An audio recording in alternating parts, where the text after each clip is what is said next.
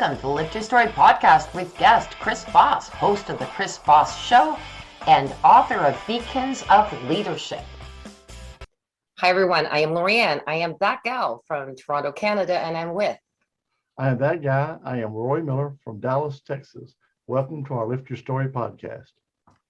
In this episode, we're pleased to welcome Chris Voss. He is the host of the Chris Voss Show, author of Beacons of Leadership, and soon to be the top most sexiest man on People's Magazine. Okay, he asked me to do that as a joke, but I had to do it anyway. Screw Brad Pitt. Thank you for having me, guys. I really appreciate it, man. This is awesome. Thank you. It's an honor to be on your show. Thank you. We're glad to have you. So, Chris, tell us about your book, Beacons of Leadership. It's got a binder and a cover. It's got some pages inside. It's pretty cool. You should just get one just so you can have it. Yeah, it's really unique. It's about 160 pages, I think, something like that. But yeah. Anyway, thanks guys for having me on. Appreciate it. No, so Roy, so you were saying, Chris, that it's a hardcover? It's coming out in hardcover. There should be a hardcover out, I think, in a week or two. We're just waiting for the whole process. You have to wait for them to spread it out and stuff.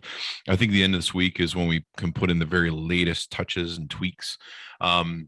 So we haven't ordered the hardcover yet, but it's going to be in paperback. There'll be a forthcoming Audible, and then you can get it in the Kindle, and you can buy it just about anywhere. It's a book. Beacons of Leadership is a book that I should have written about 10 years ago. There's a lot of stories and lessons of my life. I started my first company, I was 18, and I've been a CEO of my companies ever since, dozens of companies and lots of experience. And so I put some of my best stories of my life in here that people have been hearing me repeat all my life. And there's some that I don't think I didn't really tell anybody. So there's some stuff in there, but I also put it together with what I call my leadership toolbox, it was for one time it was called the CEO toolbox, but it's my leadership toolbox of me being a CEO, what different tools that I would use and go back to, the basics, and how I would innovate and how I would do stuff. And so there's a lot of great stories inside of it, a lot of journeys of my life. People seem to like it so far. And there's a lot of tools in there for people, whether you're a CEO of a major multi-billion-dollar corporation or whether you're a solo entrepreneur and you're trying to get going in your business, or if you're just anybody who wants to be a leader, parent is a leader, anybody could be a leader. It gives you advice and some of the insights on some of that character builds you can do for that. Wow. Mm-hmm. Yeah. So, you're talking about the things you use in leadership that, the ones you use all the time. And then sometimes where you went out and tried other things. Oh, yeah. There's a couple fails in there. Yeah, but you kind of come back to those old tried and true methods, right? Mm-hmm. Yeah, one of the people I cite that's in the toolbox is I think it's John Wooden, the great basketball coach, and he always has this analogy: go back to basics. And so sometimes you get too fancy, like you say, Roy, you get too fancy, you get too lazy sometimes, or you get, you start making things a little too much and the widget starts failing and it's not profitable anymore. And you're just like, wait, that was working, and then all of a sudden it's not working because you added on too much silly stuff, or maybe you just got lazy and you're like, hey, I need to get back to basics and work as hard as I used to. And so that's one of the tools that I talk about in the book. So what's one of them that you tried that wasn't too good? So one of the stories that I tell is one of the last lessons that I learned from the last CEOs that I worked for. And he was one of these guys who would infuriate you. His name was Forrest Baker. And we could be innovating on projects, and I was an entrepreneur for the company. So I was working inside of the company, but I had a carte blanche where I could walk through the company just like the owner and go, why the hell do we do things this way? And I could make adjustments and innovate. And one day he said to me, he goes, they sold censored or edited movies for censoring. They took out the profanity, the nudity, and the gratuitous stuff, and it's in a lot of movies nowadays. Hollywood wasn't too happy about it, but they would take it out, cut it, and sell it to a lot of church families and people around the nation. And they would do it by phone and mail. And he says, hey, I want you to go out and knock on doors today. And I want you to just bang on a whole mess of doors, go through 2 or 3 different neighborhoods. I'm an executive. Like I'm in dress shoes that aren't made for, hiking pavement and stuff. And so I go out and I knock on all these doors, and I come back just discouraged. Like no one wants to let me in. They're like, why is a guy in executive suit standing in front of my door? And I think I got like 2 doors to open for me. And hey, you want to buy some videos? And so it's a complete fail. So I come back and I tell him, and he goes, oh, that's great. Okay, it still doesn't work. And I go, what do you mean it still doesn't work? He goes, we tried a couple years ago. Still doesn't work. All right, thanks. And I'm like, wait, you sent me on a suicide mission for something you knew didn't work. What the hell? And he goes, Chris, let me explain to you what I just taught you a lesson on, is how to test things. And he goes, just because something didn't work 2 years ago doesn't mean it won't work now.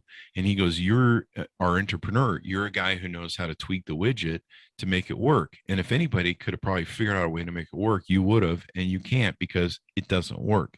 So we tested it and it doesn't work.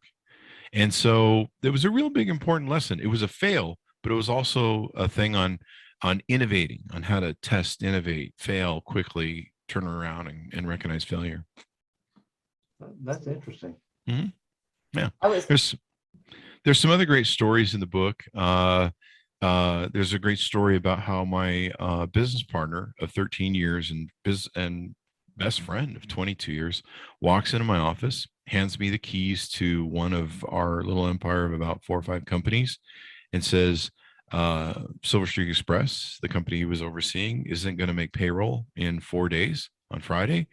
I've run the company into the ground. You're going to have to file bankruptcy. It will take our whole empire of companies down. I'm tired of being an entrepreneur, and I'm out of here.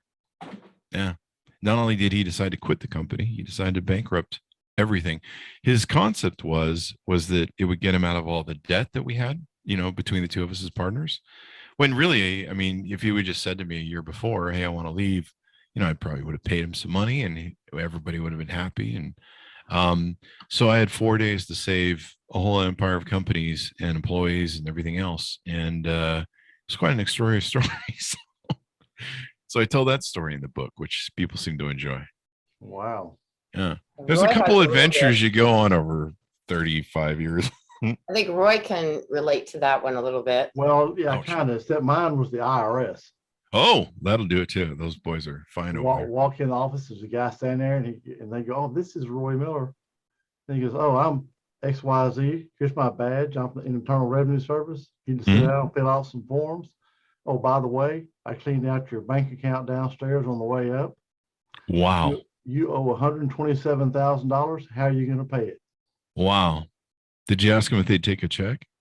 No, talking about left field, had no idea. Yeah. It was one of the guys supposed to be taking care of that. Wasn't doing it, and he was stealing anyway. So, oh no, kind of been there. Got some bad legal advice. Wow. Kicked the guy out. Then me and my other partner got stuck making it right. Wow. It's tough with partners. I tell some other interesting stories about how we survived some legal attacks, and there's a lot of great stuff in it. We've got the pre-sale up on beaconsofleadership.com, and people can go there and they can get like autographed copies and book plates and all sorts of collector stuff.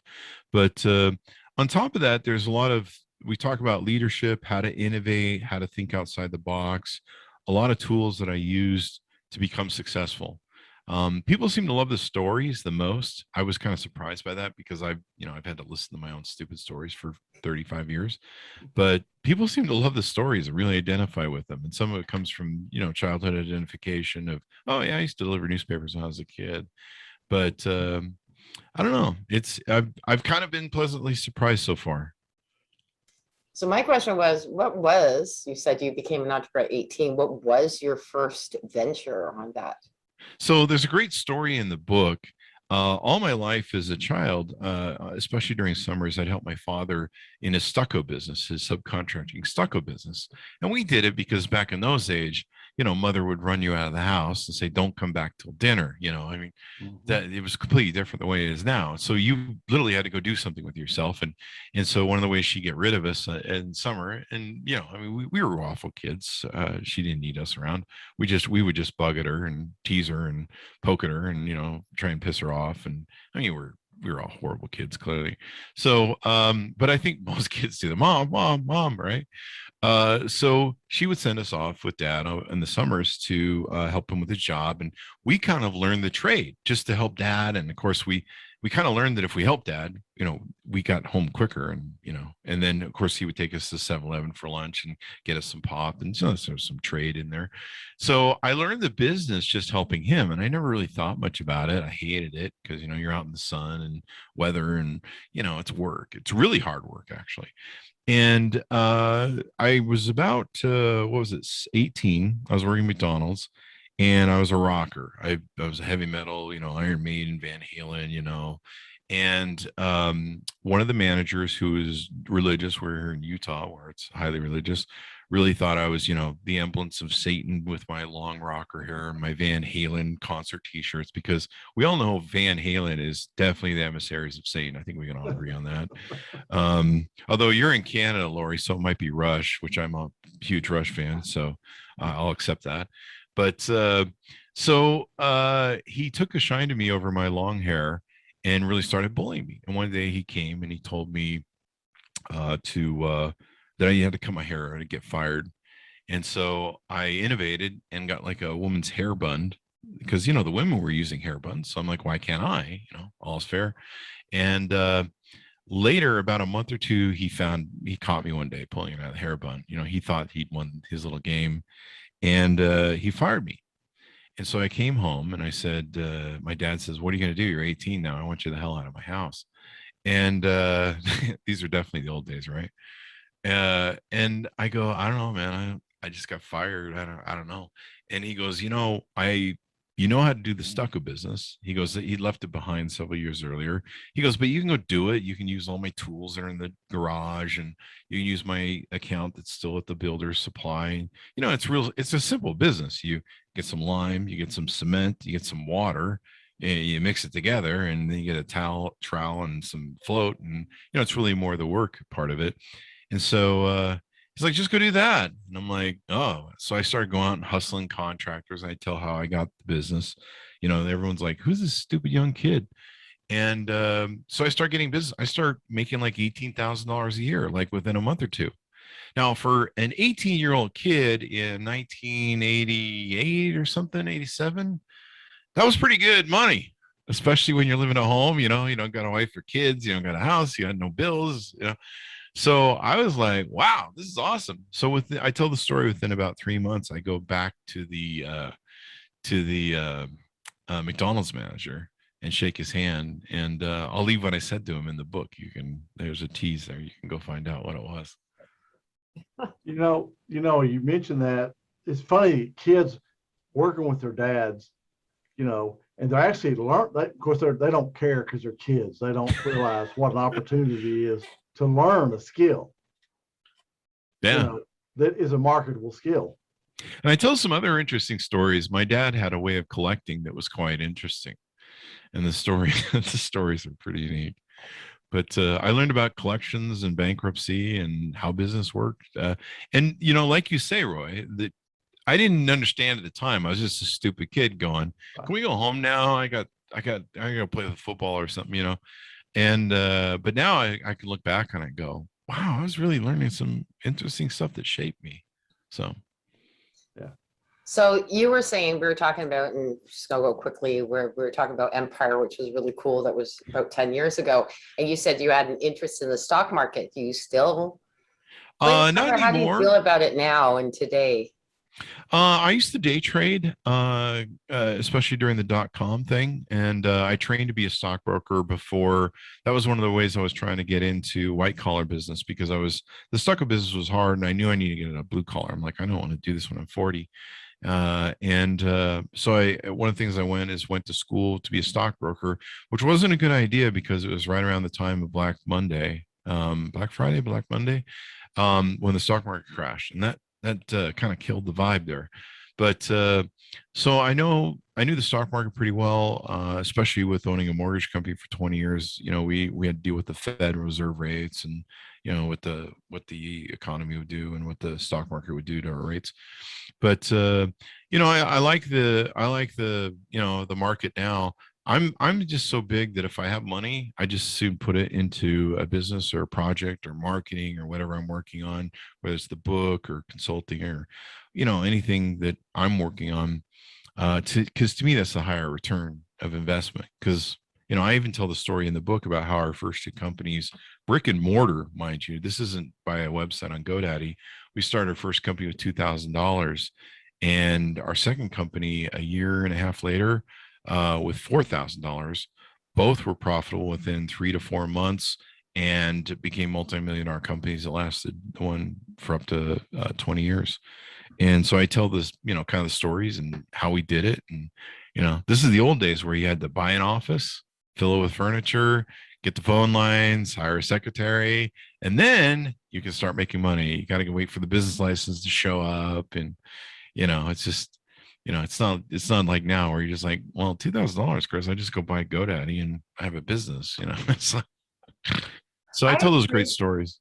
I appreciate those days though, because when I was with my ex-husband, we went down and we were in Reno. We were starting off the new center of his company that we started in Canada, which we were grateful for doing. But I remember, because I was working with him, literally sitting on what we don't have anymore, but a phone book with a phone.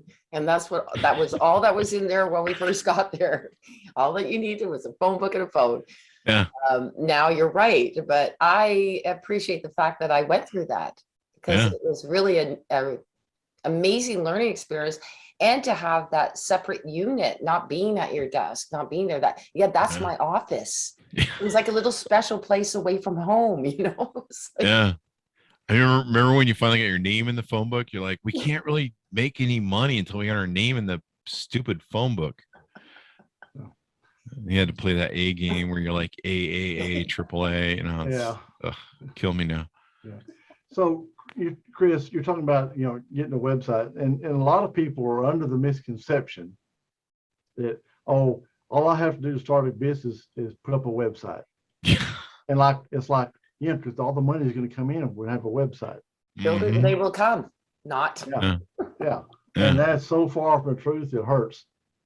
Yeah. I had a lot of clients I consulted with that. They're like, let's put up a website. And I'm like, yeah, but we have to do all this other stuff. And they're like, no, I thought you just put it up and like the money just, yeah. And you just feed a duck and gold eggs start falling out. Sure. Yeah. A lot of people have lost a lot of money. Yeah. So, I share a lot of the stories people seem to like in the book. It's kind of like a sandwich if you think about it. The first part talks about my concept of beacons of leadership. Over my shoulder, you can see the lighthouse. I think it's over in this region. And so we use the lighthouse as a concept of what a leader is, at how he shines forth. And, people look to a leader for guidance, their culture, everything. And so the beacons of leadership refers to that, the beacon of a lighthouse, and how that influences everything. Everyone watches you as a leader, whether it's your kids, whether it's your board, whether it's your people in public that are watching you, your investors, your vendors, your employees, everybody watches you. And so I talk about that and how important that is to have consistency in your patterns of how you lead and what you do. So at the beginning, we talk about that, and submit how to innovate and think outside the box. And at the end of the book, I list my 5 top principles of what, in my opinion, are the most important in hierarchy of being a great leader. And one of the things I define in the book is what really inspiring leadership is about. Anybody can think they're a leader because they got a boss title of manager or whatever, but that doesn't make you a leader. What I talk about in the book is how to be that sort of leader, like a Steve Jobs, who can get people to join your reality distortion field and go move mountains for you. People follow great leaders, inspiring leaders, because they want to. And that's the real key. People follow managers or the boss who could fire them because they have to, because they don't want to get fired. And so I talk about the 2 differences of those concepts and how to be somebody that fires people up, gets them motivated, gets them impassioned, where they're willing to, put up pitchforks and fires and go do stuff for you. It's so Yeah. true. If they believe in you, they're going to go the extra mile. If you treat them and teach them and make them grow, I'm sure that that's all in your book in Yeah. regards to that, because that's something important, fire them up, don't make them fired. Yeah.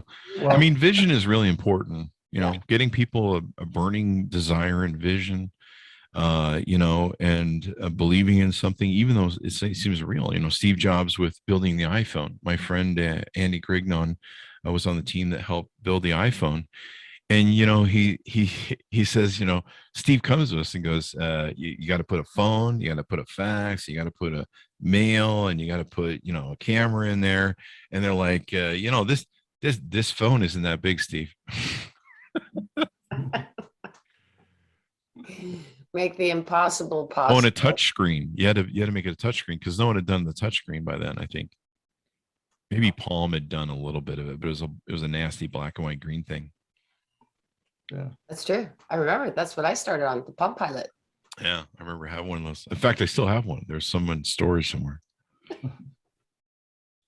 That old. You just collect stuff. Like, do you realize somebody who's like us, only when they're young, is going to collect the latest iPhone 10, and they're going to be like 20 years from now, they're going to be like, look at this ancient thing that we used to use. Meanwhile, we're talking about the brick phones you could murder somebody with. Yeah. I mean, I've still got 3 or 4 of my old. Do you? Why? I don't know. I mean, I still have them. Kind of fun to look at. I think my Palm Pilot still fires up, actually. I couldn't tell you why. But Yeah. one thing early in my career I did observe is that the managers and the bosses weren't necessarily the leaders. That's true. I mean, I thought, what, this guy he's really the better. He's not my boss, but he's the one that is really the leader. And you think if you're I'm the boss, I'm the manager, I'm the leader. Well, you may be, but you may not be either. Yeah. I talk about it. I had a little sign on my desk, and I own 51% of my corporations. I didn't get involved in anything if I didn't own 51% because I'm a controller, but I make stuff happen. And I have a skill. Oh, was that Taken guy? I have a particular set of skills. I'm not always that good, but I will find you and make you profitable. I wish. So I kept a sign on my desk that would always remind me every day that even though I was a CEO, heir apparent, by my control 51%, and I could do whatever I want. I didn't answer to anybody. I still had to earn that title every day. I still had to earn my employees' respect. I had to earn my ability to lead them. And so, getting up on a soapbox, delivering vision, being a visionary, trying to be inspiring to people.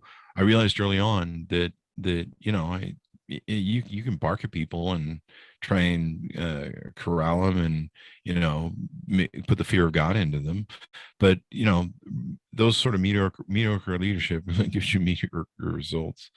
So I give people a lot of tips that hopefully they can use. We didn't make it a defining thing on leadership. Maybe that would be a second or third book, but I basically went through the top 5 and then include a lot of stories and examples. And I mean, seriously, if you can just master the top 2 or 3, you can be an incredible leader. So what inspired you to write this book? Yeah, I've been trying to write it since 2010. In fact, I think there's a letter somewhere from Wiley back in 2010 or 11 when Steve Jobs was blowing up the market. They're like, yeah, we're not, investing in anybody new at this point. It's really weird right now. I've been wanting to write it for 10 years, promising myself I was write it. COVID finally came, and there's nothing to do. We're sitting around. A couple of my good friends said, let's start one of those, write every an hour a day. And I'm like, okay. And one of the proponents was actually the Clubhouse app. I don't know if you guys have played on that. You guys played on that thing when it was hot? A little bit. I did. Yeah. So I got on there, and since we're all in radio technically, with podcasting, I got on, and it's real adaptable to me because I'm so social, and So I started telling my stories, and people like, these are some really good stories. And I'm like, really? I've had to hear them for 35 years. I'm like over it. But I like entertaining people. And so I'm like, all right, let's put these in the book. So we started writing an hour a day, and it just kind of took fire in my soul. And I'm like, looks like we can finally get this baby done. And the hardest part was just remember them all. Like, what was that one story or the one thing? And then they come out at you. But the other thing is I have a lot of authors on the Chris Voss Show podcast. And I remember one gal told me a story about how she met a gal who had been in prison, who had read her books, and a bunch of the gals in the women's prison had read her books, and they loved her. They were a huge fan base there. And it was one of the things that inspired the gal to turn her life around, get out of prison, and never go back and lead a better life. And she had a conversation with this gal one time, and she told her a story and how, her books are in the prison libraries. And it inspired her really a whole lot to realize that she's just not writing a book. She's just not writing a book to make a couple bucks or get, a nice speaking gig or whatever. That there's somebody out there this is going to touch, this is going to motivate, this is going to make a life difference for. And I've had those moments throughout my whole career of being on social media where something I've done that I didn't really think about, I was like, this will save someone's life, that will change someone's life, and they tell you about it later, and you're like, wow, I'm really so glad that did that for you. But it's really weird because you're like, that really wasn't my intent, but great, awesome, man. I mean, so she talks about that, and when she writes, she keeps a picture of that person that she saw in an orange jumpsuit, and she realizes that there's somebody out there there's somebody out there that needs this message, and they need it bad. And I think about all the dark times that I went through as a solo entrepreneur back before you couldn't go on the internet and ask for questions or, ask your social media for any, you didn't have anybody. You just had to pay an expensive attorney to give you advice. And I remember how lost that felt and how dark that felt sometimes to try and find my way through the darkness and everything. And we had, everyone tried to stop us. Everyone tried to hold us back. It seemed like every time we tried to get out of being poor and broke and become somewhere, I tell some examples of that in the book. There's always somebody who's like, nope, you're not getting up to the next tier, buddy. And so I'm hoping that whoever this book will help will be especially some of those people that are those dark moments. They'll open the book and go, I found the answer to what I'm looking for. So I think the dark moments was really important because I've been through them too. Yeah. Is knowing that there's somebody that you can reach out to, a book that will inspire you, because that feeling of failure, you know that you're going to fail, but when you get there, like you see it coming and you know it's going to happen, and then you get there, you go, but you have to look back, and it took me a while to get there, but look back and go, damn, I was good at even trying that. And I risked something that I would bet you that 95, 99% of the women would never do. Yeah. Go out and buy an auto repair shop in a small town by myself where I didn't know anyone. Ran it for 3 years. We hit the 2007 decline. I just kept it going anyway. I lost it. And yes, that failure. Mm-hmm. I didn't have the fear at the beginning. I got in there, I'm going to do this. It's people like you, though, that during those dark moments, you can read a book and like, you know what? He was there too. Yeah. And I tell my stories about how, authenticity and transparency are important as a leader. I tell my stories about how I failed. My whole empire was wiped out. My little empire was wiped out with the 2008 crisis. And I had to start over, and I had to rebuild. And the same thing when I lost my best friend and partner of 13 and 22 years. I thought I'd lost my mojo, like Howard Stern was when he lost Jackie Matling. He thought that he lost 50% of the team, and I had to go through the cathartic moments of not only saving my companies, but realizing, holy crap, it's just been me all along. Yeah, and not even knowing how that would end. Yeah. That's the scary thing. You would think, and I'm sorry, I don't mean to be, but you said you lost. I mean, there's one thing, the person left you on this earth, but this person left you mm-hmm. in a much more difficult way, in almost a betrayal way, by not communicating. And that's a really hard thing to get through. Yeah, in fact, I think the chapter is titled "Et tu, Brute," the line from Yeah. Yes. the deepest Caesar. cut, "Et Caesar. tu, Brute." Yeah. Yeah, from Caesar. I mean, we were great friends. I could trust him like nobody you could trust in the whole world. I don't think I've ever been able to trust another human being like him. For 13 years, we were ride and die. But you know, we got one of those he got a Yoko Ono girlfriend. So Oh, Oh. she started telling him, yeah, you don't need that guy. Yeah, you can leave. You don't need Paul McCartney. But he wasn't Lennon, so that was kind of a problem. Chris, how can our listeners reach out to you? They can go to beaconsofleadership.com. They can email me at Chris Voss at thechrisvossshow.com. I think the link is on the Chris Beacons of Leadership. You can order the book anywhere. If you go to Beacons of Leadership, we have a bunch of giveaways, like autographed copies. Every 100 books will have a customized book plate on it that will be unique. So they'll be collector's items. They'll be numbered and lots of little collector's item stuff that people can get there if they pre-order the book from us. They can find us on Goodreads at /Chris Voss. And I mean, the book's like everywhere. It's like insane. But we can get an autographed copy at beaconsofleadership.com. Beaconsofleadership.com. Yeah. Perfect. Yeah. Okay. And of course, make sure, listeners, that you go to the Chris Voss Show and listen to him. Yeah. And we really appreciate your time, Chris, for being here with us. And we, congratulations on your book. Thank you. Thank you. And it's been an honor to have you guys have me be on your show. I'm not used to being on the other end of the thing, so that was a little hard for me. I'm not used to being the guest, but thank you. It was an honor to be on your guys' show. Thank you. It was a pleasure to have you. Yeah. And as you know, it's an honor for me too, because I've been following you for all those years. And when I thought, Chris Voss, I need him here on our show. Thanks for Social media world. Yeah. All right. Have a great evening. Take care. All right, Thank you very much. Chris. All right. Thank you. Appreciate it. All right.